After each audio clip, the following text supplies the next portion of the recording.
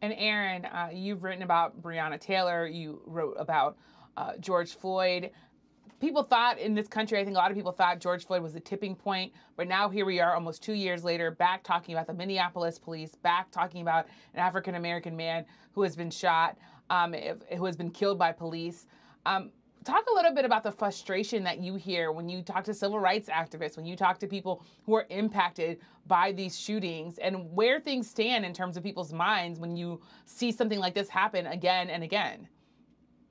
Yeah, and listen, Yamiche, here we are. I mean, this shooting happened at the beginning of Black History Month. It happened in a month that marks the 10-year anniversary of really the emergence of the Black Lives Matter movement. And so, really, it is a marker and a reminder of how much progress remains to be made on the issue of uh, communities of color, in particular, feeling like they are safe and are being fairly treated by members of law enforcement, and what can be done to mitigate the killing of Black people by police and by vigilantes. As you mentioned, I wrote the first national story on Breonna Taylor a couple of years ago. Her case, as Omar mentioned again, raised the issue of no-knock warrants and just the idea that Black people are unsafe, even in their own homes from law enforcement, raised the issue of legal gun ownership, something that came up in the Philando Castile case. Minneapolis did put a moratorium on no-knock warrants, but this is an issue, again, that still has not been addressed at the federal level. Police reform that was being discussed in Congress went nowhere last summer.